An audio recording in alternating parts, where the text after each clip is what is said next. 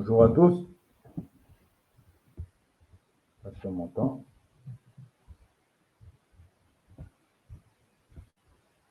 Bonjour à tous. Bon, aujourd'hui on va parler de quelqu'un, de pas n'importe qui d'ailleurs.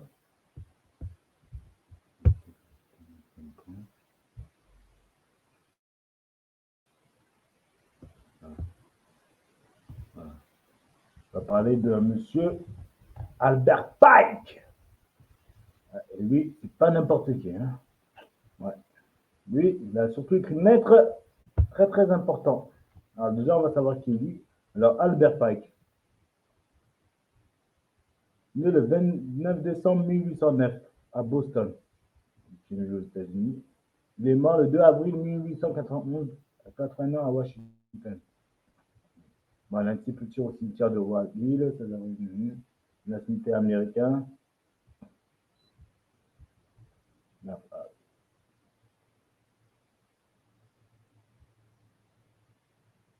Il faisait partie d'une parti politique, parti Whig No Nothing, parti démocrate.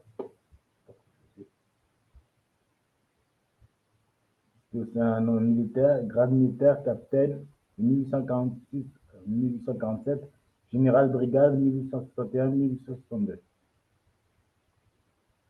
Il y a plusieurs batailles, bataille de Buena Vista, bataille de Pearl Ridge. C'est un avocat général confédéré et écrivain américain le 29 décembre 1809 à Boston et mort le 2 avril 1891 à Washington. Il fut un tribun de parti Whig avant de rejoindre le mouvement Knowlton dans les années 1850. Il dirigea également pendant 32 ans l'une des plus importantes composantes de franc-maçonnerie des États-Unis, Suprême Conseil Juridiction Sud du rite écossais ancien accepté.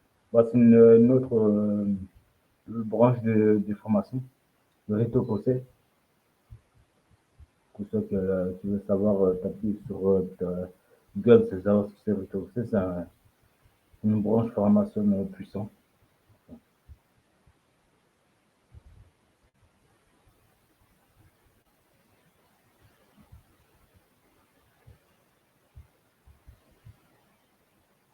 Alors, tout ce qu'ils disent là sur lui.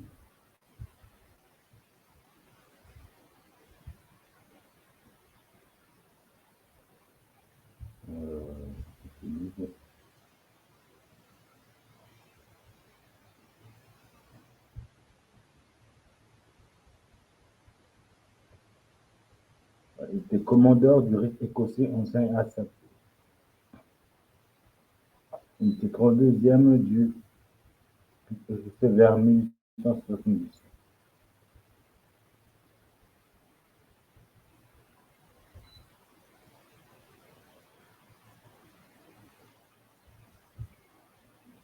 Bon, lui, rien qu'à voir sa tête, c'est pas un enfant de cœur. Hein. C'est pas un gentil lui. Hein. Lui, c'est pas un humain. Hein. Lui, ça doit être un démon humain, comme tout cela là. Comme tous les Rothschild, tout cela là. Sauf que lui, il va faire quelque chose. Voilà, bon. On va parler de sa lettre qu'il a écrite. Voilà. Lettre d'Albert Pike à Mazzini.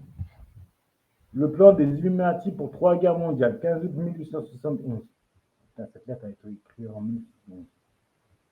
Donc il y a des choses qui étaient déjà prévues. Donc tout était déjà prévu.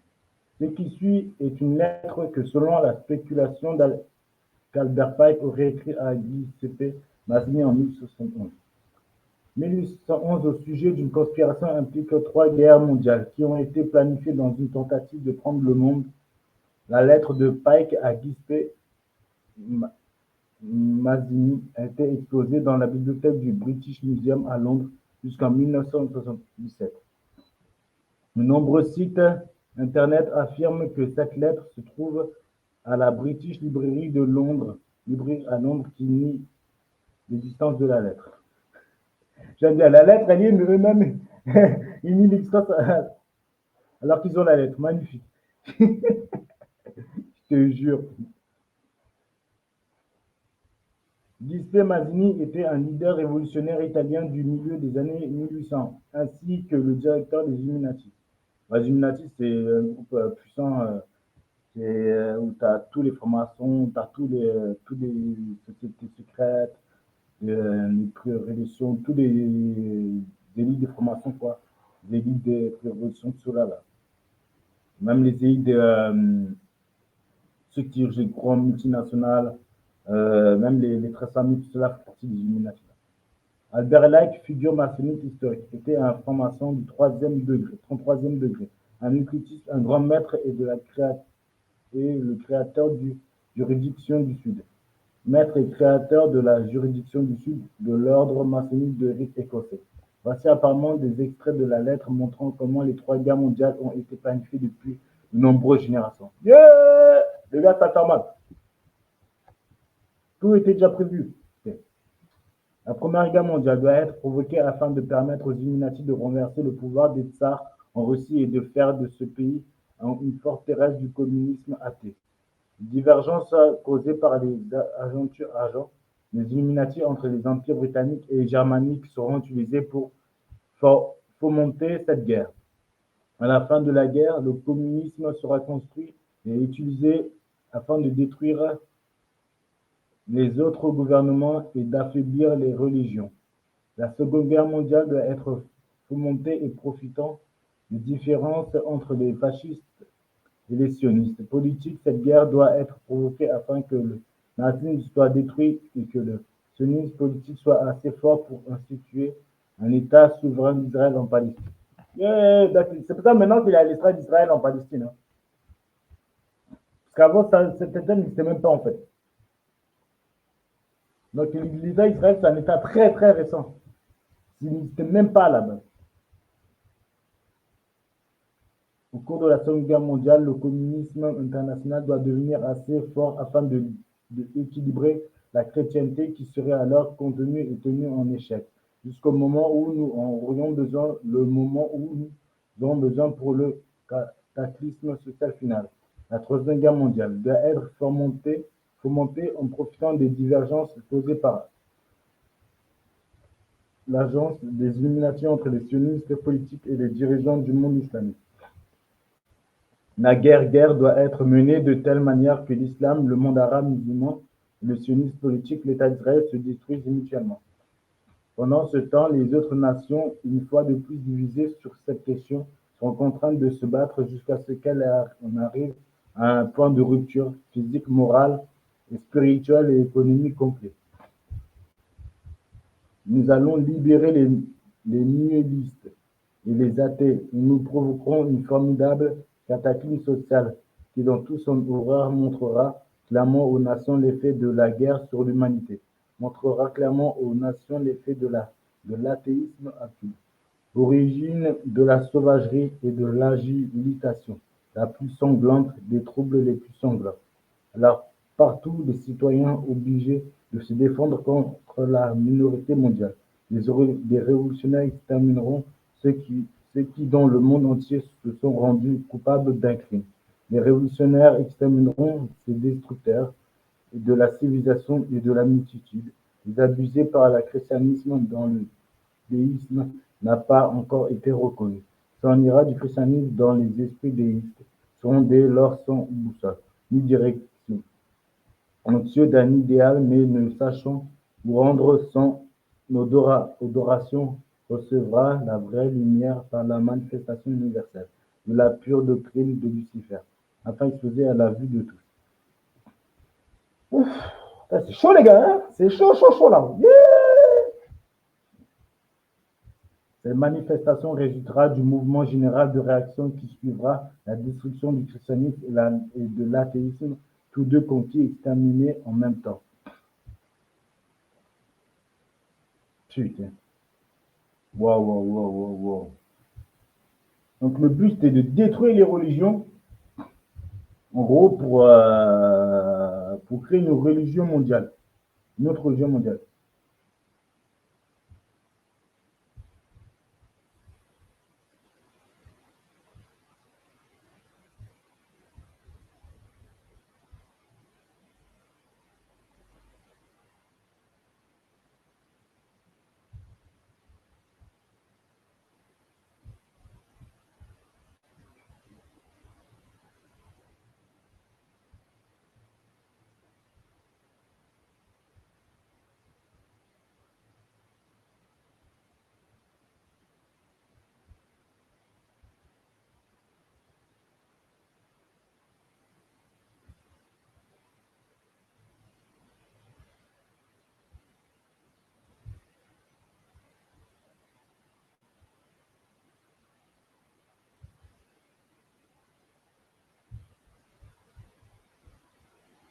Je sais pas vous, mais putain, c'est chaud, hein. Bon, on va voir sa biographie. Cet enfoiré, là. Excusez-moi pour le temps, mais bon. Alors, enfance et éducation. Pack est né à Boston, Massachusetts, fils de Ben et Sarah. Andrew Pack et a passé son enfance à Bayfield et Newburyport, Massachusetts. Parmi ses ancêtres coloniaux figure John Pike, 1613-1688-1689, le fondateur de Woodbridge dans le New Jersey. Il est allé à l'école à Newburyport à Framingham jusqu'à l'âge de 15 ans. En août 1825, il réussit ses examens d'entrée et est accepté à l'université de Harvard. Mais lorsque l'université lui demande de payer ses frais de scolarité pour les 2 premières années, il choisit de ne pas y aller. Il entame un programme d'auto-éducation puis devient instituteur à Gloucester, North Bedford, Fairhaven à Newburyport. En 1831, Pike quitte le Massachusetts pour voyager vers l'ouest, s'arrêtant d'abord à Sandy puis à l'Indépendance dans le Missouri. À l'Indépendance, il se joint à une expédition à Taos, au Nouveau-Mexique, pour chasser et faire du commerce. Au cours de l'excursion, son cheval tombe et s'enfuit, obligeant Pike à parcourir à pied les 500 milles restants jusqu'à Taos. Il se joint ensuite à une expédition de pillage dans le Llano Estacado, au Nouveau-Mexique et au Texas. Le pillage est minime et après avoir parcouru environ 1300 milles. Ah non, c'est piégeage. Je ne sais pas comment on dit ce mot. Bref. 1650 pieds. Il arrive finalement à Fort Smith, en Arkansas, s'installe en Arkansas en 1833. Il enseigne l'école et écrit une série d'articles pour Little Rock, Arkansas Advocate sous le nom de Plume de Casca. Ces articles sont suffisamment populaires pour qu'on lui demande de rejoindre l'équipe du journal. Plus tard, après avoir épousé Mary Ann Hamilton, il a acheté une partie du journal avec sa dot. En 1835, il était le seul propriétaire de l'Avocat sous l'administration de Pike. L'Avocat défendait le point de vue du parti Whig dans un Arkansas politiquement instable et divisé. Il a été le premier reporter de la Cour suprême de l'Arkansas. Il a écrit un livre publié anonymement intitulé The Arkansas Farm Book. Il était un guide pour les avocats. Pike a commencé à étudier le droit et a été admis au barreau en 1837. Il a vendu l'avocat la même année. Guerre mexico-américaine. Lorsque la guerre mexico-américaine débute, Pike rejoint le Regiment of Arkansas Mounted Volunteers, un régiment de cavalerie, et est commissionné comme commandant de troupes avec le grade de capitaine en juin 1846. Avec son régiment, il a combattu lors de la bataille de Buena Vista. Pike réformé en juin 1847. Lui et son commandant, le colonel John Stedman Rowan, ont plusieurs divergences d'opinion. Cette situation a finalement conduit à un duel non concluant entre Pike et Rowan le 29 juillet 1847, près de Fort Smith, Arkansas. Bien que plusieurs coups de feu aient été tirés dans le duel, personne n'a été blessé. Et les deux hommes ont été persuadés par leur second d'y mettre fin. Après la guerre, Pike reprend la pratique du droit, s'installant pour un temps à la Nouvelle-Orléans à partir de 1853. Il écrit un autre livre, Maxim of the Roman Law from the Ancient French Law, as expanded and doctrine juridique. Yeah! Ah, c'est un rallonge. Guerre civile américaine. En 1861, Pike a écrit les paroles de Dixie the Arm. Au début de la guerre, Pike est nommé envoyé confédéré après les Amérindiens. À ce titre, il négocie plusieurs traités, dont l'un des plus importants est celui conclu en 1861 avec le chef cherokee John Ross. À l'époque, Ross accepte de soutenir la Confédération qui promet aux tribus un État amérindien si elle gagne la guerre. Roche changea d'avis plus tard et quitta le territoire d'Indiens, mais le gouvernement Cherokee qui lui succéda maintient l'alliance. Pike est nommé général de brigade le 22 novembre 1861 et reçoit un commandement dans les territoires indiens. Avec le général Ben McCulloch, Pike forma 3 régiments confédérés de cavalerie indienne, dont la plupart appartenaient aux tribus civilisées, dont la loyauté envers la Confédération était variable. Bien qu'initialement victorieuse à la bataille de Pea Ridge, Elkhorn Tavern, en mars 1862, l'unité de Pike est défaite plus tard lors d'une contre-attaque après être tombée en désordre. Pike reçoit l'ordre en mai 1862 d'envoyer des troupes en Arkansas. Il démissionne en signe de protestation. Comme dans la guerre précédente, Pike est entré en conflit avec ses officiers supérieurs, rédigeant même une lettre à Jefferson Davis pour se plaindre de son supérieur direct.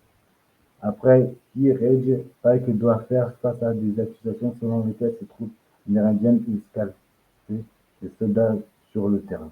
Le major général Thomas C. Hillman a également accusé Pike de mauvaise gestion de l'argent et du matériel et a ordonné son arrestation.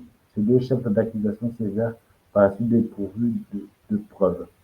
Néanmoins, Pike, menacé d'arrestation, s'échappe dans les collines de l'Arkansas et envoie sa démission de l'armée des États confédérés le 12 juillet. Il est finalement arrêté le 3 novembre sous l'accusation d'insubordination de trahison et détenu provisoirement à Warren, au Texas. Sa démission est acceptée le 11 novembre et il est autorisé à retourner en Arkansas. La franc-maçonnerie. Pike rejoint d'abord l'ordre indépendant des Odd Fellows en 1840. Il rejoint aussi une loge maçonnique où il devient extrêmement actif dans les affaires de l'organisation. En 1859, il est élu souverain grand commandant de la juridiction du rite écossais. Il reste souverain grand commandeur jusqu'à la fin de sa vie, 32 ans au total, consacrant une grande partie de son temps à développer les rituels de l'ordre. Il a notamment publié un livre intitulé Moral Epicomat, Unaccepted Scottish Rite of Freemen en 1871, dont plusieurs éditions ont suivi. Cet ouvrage a contribué à la croissance de l'ordre au cours du XIXe siècle. Au cours du XIXe siècle, ouais. Ouais, XIXe siècle. Il a également effectué recherches et rédigé le traité du fondament indo-aryan, dédié au worship Christian in the Rig Veda. En Amérique, Pike est toujours considéré comme un franc-maçon éminent et influent, principalement dans la juridiction sud du rite écossais. Pike est mort à Washington, D.C. à l'âge de 81 ans et a été enterré au cimetière de White Hill. L'enterrement était contraire à ses souhaits. Il avait laissé des instructions pour que son corps soit incinéré. En 1954, ses restes ont été déplacés à la maison du temple siège de la juridiction du sud du rite écossais. Un mémorial en l'honneur de Pike se trouve dans le quartier de Judiciary Square, Washington, D.C. Il est le seul officier d'État confédéré à avoir un monument commémoratif. Il est le seul officier militaire confédéré à avoir un statue en plein air à Washington, D.C.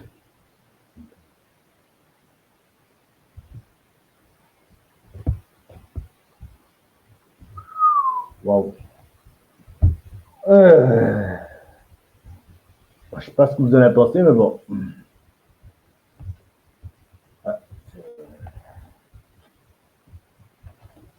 Voilà.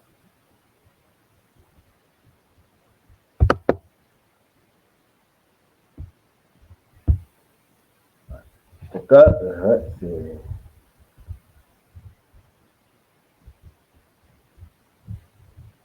Il fait un peu penser à, comment s'appelle l'autre là? Elivas Lejoux, je sais pas quoi là. Bon, sauf que lui, pas qu'il est. Voilà, mais il fait un peu penser à lui, moi. Ouais, comme je dis, ces gens-là, les Pikes, les Lévis, tout ça, ce sont des démons, hein, sont des sataniques, hein, comme les Rothschild, hein, ces gens-là sont des gens qui. Tout ce qui est franc-maçonnerie, tout cela, hein. Il n'y a rien d'humain là-dedans. Ils sacrifient, ils mangent de la chair humaine, ils manipulent les gens, ils veulent manipuler tout. Ils sont dans tout en fait, dans les médias, dans les réseaux, ils sont quoi, ils sont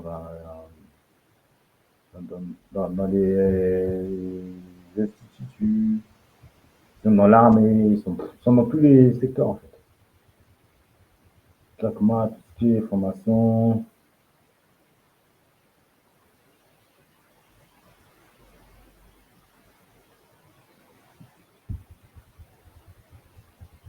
Là, ce sont des religions démoniaques, sataniques. Hein. Mais bon, après, voilà. Moi, c'est quand même intéressant de savoir ça. En tout cas, pour ce, à la prochaine. Ciao.